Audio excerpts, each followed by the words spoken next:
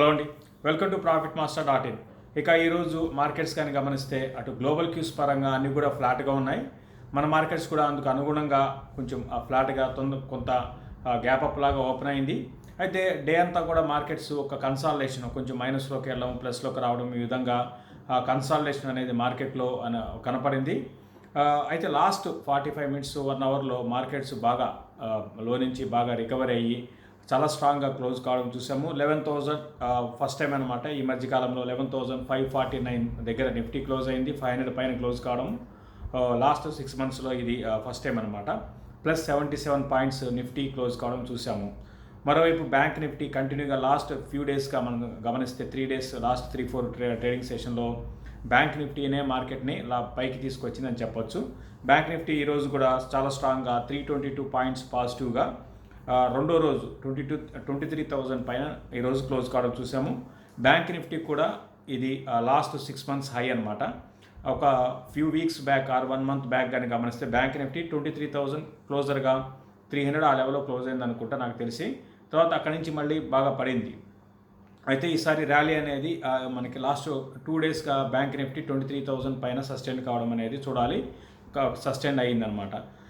Bank Nifty కారణంగా కూడా మన మార్కెట్స్ ఈరోజు అని కాదు లాస్ట్ ఫ్యూ డేస్గా పెరిగాయి. ఈరోజు కూడా బ్యాంక్ నిఫ్టీతో పాటు ఈరోజు రిలయన్స్ బాగా ఈరోజు మార్నింగ్ టైంలో బాగా వీక్ ఉన్న రిలయన్స్ లో నుంచి 100 రూపీస్ దాకా పెరిగిందండి. చాలా స్ట్రాంగ్ రిలయన్స్, అంటే లాస్ట్ ఫ్యూ డేస్గా రిలయన్స్ వీక్గా ఉంది, మీకు అందరికీ తెలిసిందే. బట్ ఈరోజు చాలా స్ట్రాంగ్ ర్యాలీ అనేది రిలయన్స్లో రావడంతో మార్కెట్స్ ఒకసారి లో నుంచి బాగా రికవరీ కావడం చూసాము. ఇది ఓవరాల్గా మార్కెట్స్ పరంగా. తర్వాత నిఫ్టీలో ప్రధానంగా ఈరోజు టాప్ గెయినర్ కానీ గమనిస్తే టాటా మోటార్స్ 8.5% పెరిగింది. తర్వాత హీరో మోటార్ కార్పొరేషన్ అంతా ఇవన్నీ కూడా న్యూస్ బేస్డ్ అండి. టాటా మోటార్స్ కానీ తెలిస్తే డెట్ తగ్గించే ఉద్దేశం ఉంది అని మేనేజ్మెంట్ చెప్పడము, అంటే ఇవన్నీ కూడా ఏంటంటే అంత డెట్ ఎవరైనా చెప్పంగానే డెట్ తగ్గదు కదా. కాకపోతే ఏంటంటే ఇప్పుడు మార్కెట్స్లో అసలు ఊరికే జస్ట్ ఒక పాజిటివ్ న్యూస్ లాంటిది ఏమైనా వస్తే చాలు ఆ స్టాకు చాలా భారీగా పెరిగిపోతుంది. అదే ఈవెన్ మనం చూస్తున్నాం, నెగిటివ్ న్యూస్ పెద్ద నెగిటివ్ న్యూస్ వచ్చినా కూడా దాన్ని పెద్ద పట్టించుకోవటం లేదు. అదే ఒక చిన్న పాజిటివ్ న్యూస్ వచ్చినా కూడా దానికి మార్కెట్స్ బాగా భారీగా స్టాక్స్ బాగా పెరుగుతున్నాయి. ఇదంతా కూడా ఏంటంటే బాగా మార్కెట్లోకి వెళ్ళి మనం రోజు చెప్పుకుంటూనే ఉన్నాం, లిక్విడిటీ అనేది చాలా స్ట్రాంగ్గా వస్తుంది. అది వచ్చినంత కాలం కూడా ఇదే విధమైన ట్రెండ్ అనేది కొనసాగొచ్చండి. సో దాని కారణంగా టాటా మోటార్స్ బాగా పెరిగింది. 138 రూపీస్కి టాటా మోటార్స్ వచ్చింది. అదేవిధంగా హీరో మోటార్ కార్పొరేషన్, తర్వాత ఈరోజు మిగతా ఆటోమొబైల్, మరి ముఖ్యంగా 2 వీలర్స్కి చెందిన ఆటోమొబైల్ స్టాక్స్ అన్నీ కూడా బాగా పెరిగాయి. అది కూడా మనకు తెలిసిందే. న్యూస్ అనేది ట్యాక్స్ జిఎస్టీ అనేది ప్రస్తుతానికి 28% ఉంది.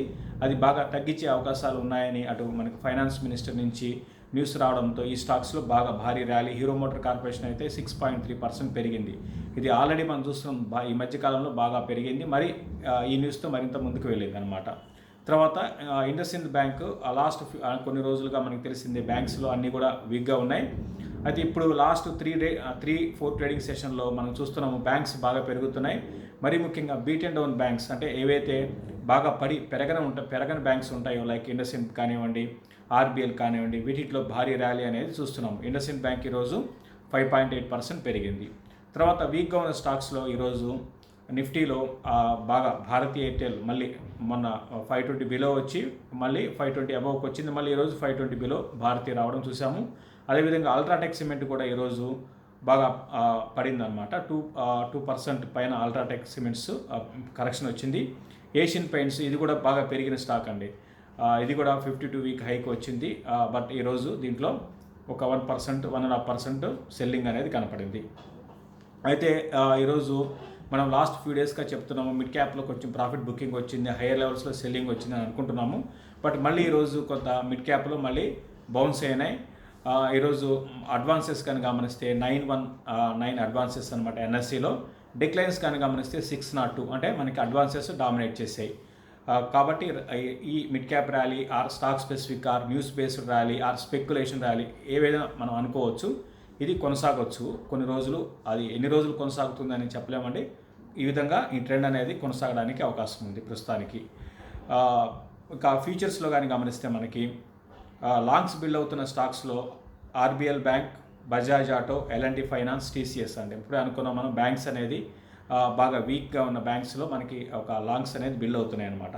ఇది నెక్స్ట్ మంత్కి ఆగస్ట్ ఇప్పుడు ఆగస్ట్ అయిపోతుంది కాబట్టి రేపటితో ఇది నెక్స్ట్ మంత్కి సెప్టెంబర్ మంత్ ఈ ఫ్యూచర్స్ చెప్తున్నాను నేను.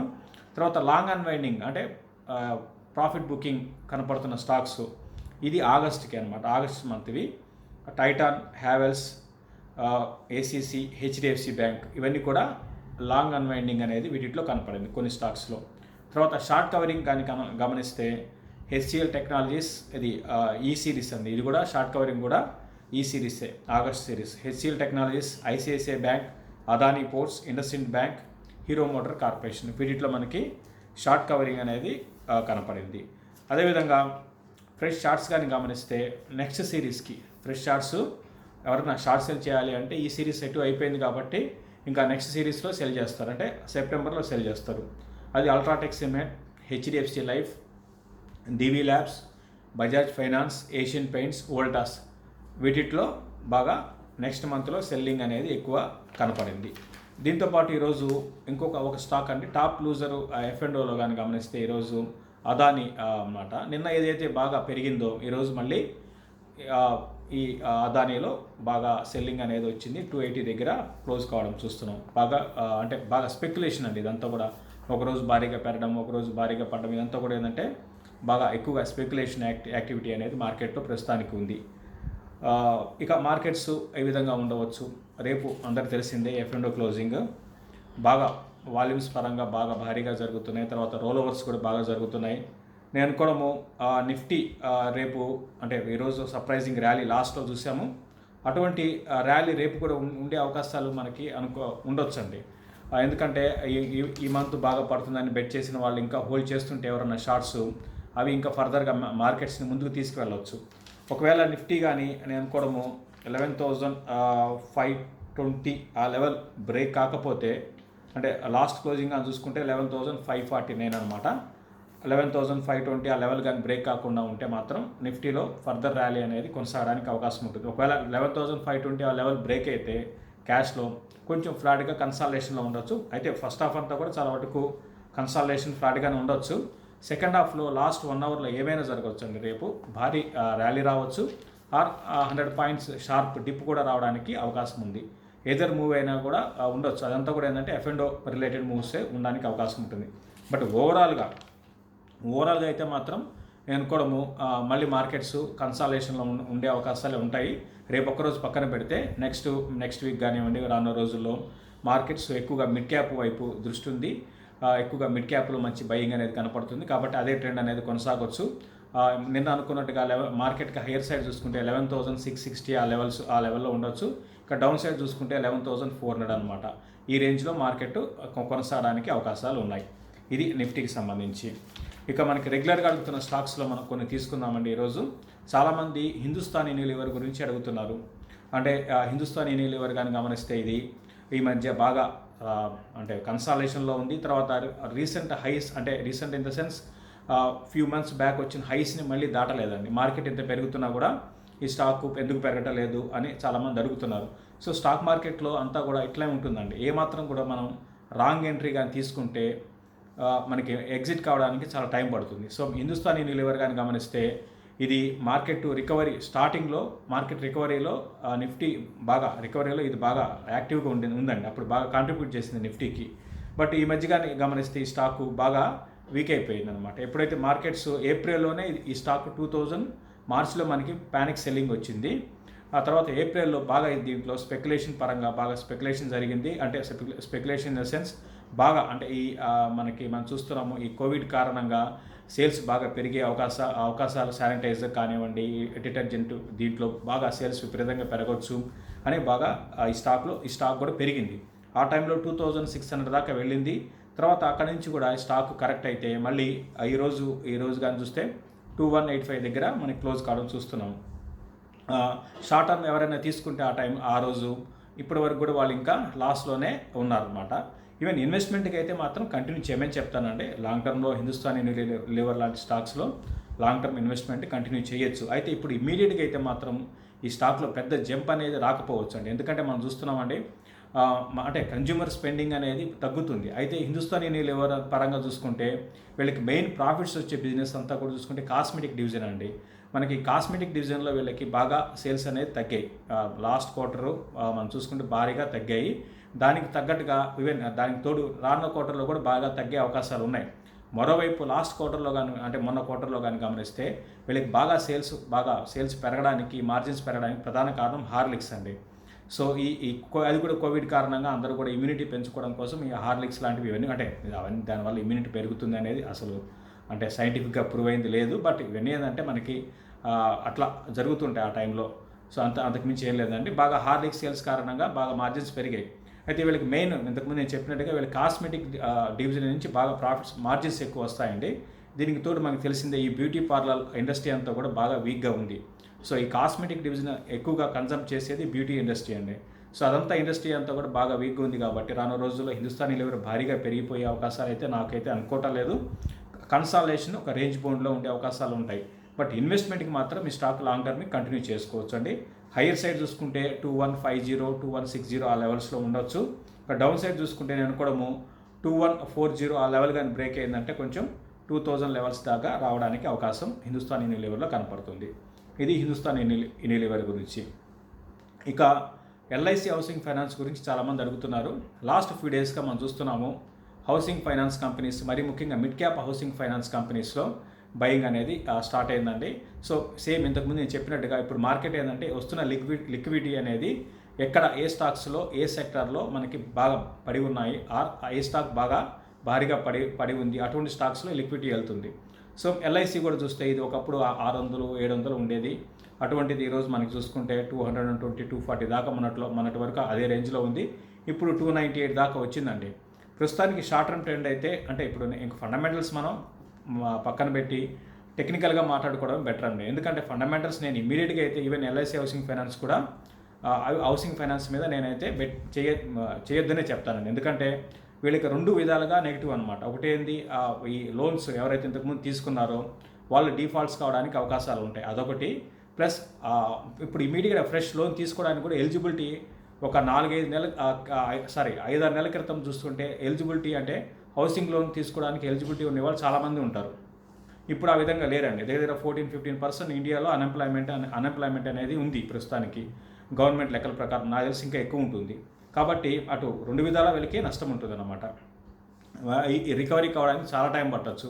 కాబట్టి నా ఉద్దేశం ప్రకారం ఫండమెంటల్ బేసిస్లో అయితే వద్దని చెప్తాను. బట్ టెక్నికల్గా స్టాక్ అటు షార్ట్ టర్మ్ వ్యూ అంటే మంత్లీ బేసిస్లో చాలా స్ట్రాంగ్ ఉంది. నేను అనుకోవడం ఇది 320 నుంచి 340 అవన్ 350 లెవెల్స్ కూడా పెరగవచ్చు.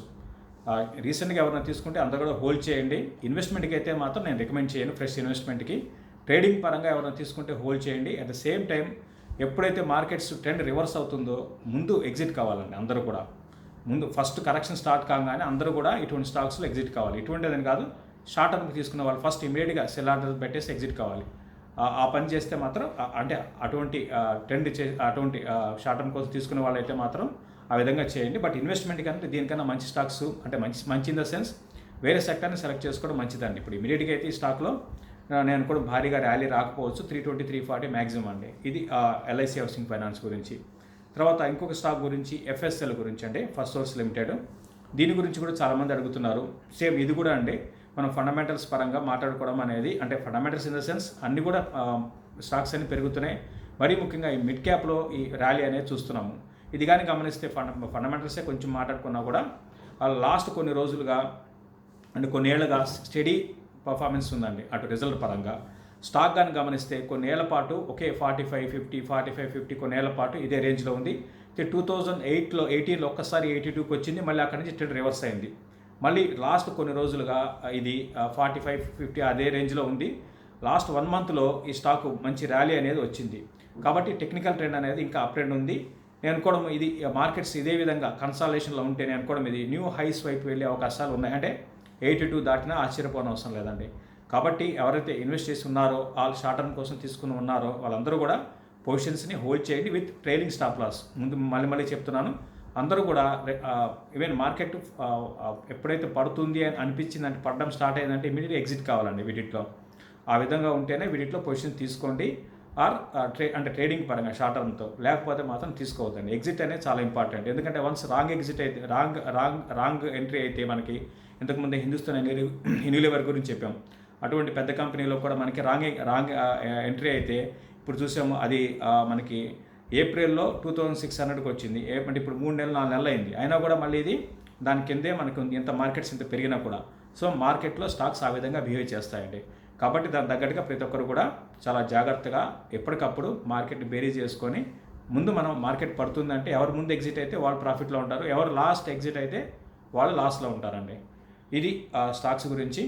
ఇది క్లోజింగ్ రిపోర్ట్. ఇంకా చూస్తున్న ప్రతి ఒక్కరు కూడా షేర్ చేయండి, లైక్ చేయండి. అదేవిధంగా కొత్తగా ఎవరు చూస్తే profit master YouTube channel subscribe చేసుకోండి. థ్యాంక్ యూ అండి. మళ్ళీ మార్నింగ్ మార్కెట్లో కలుద్దాం.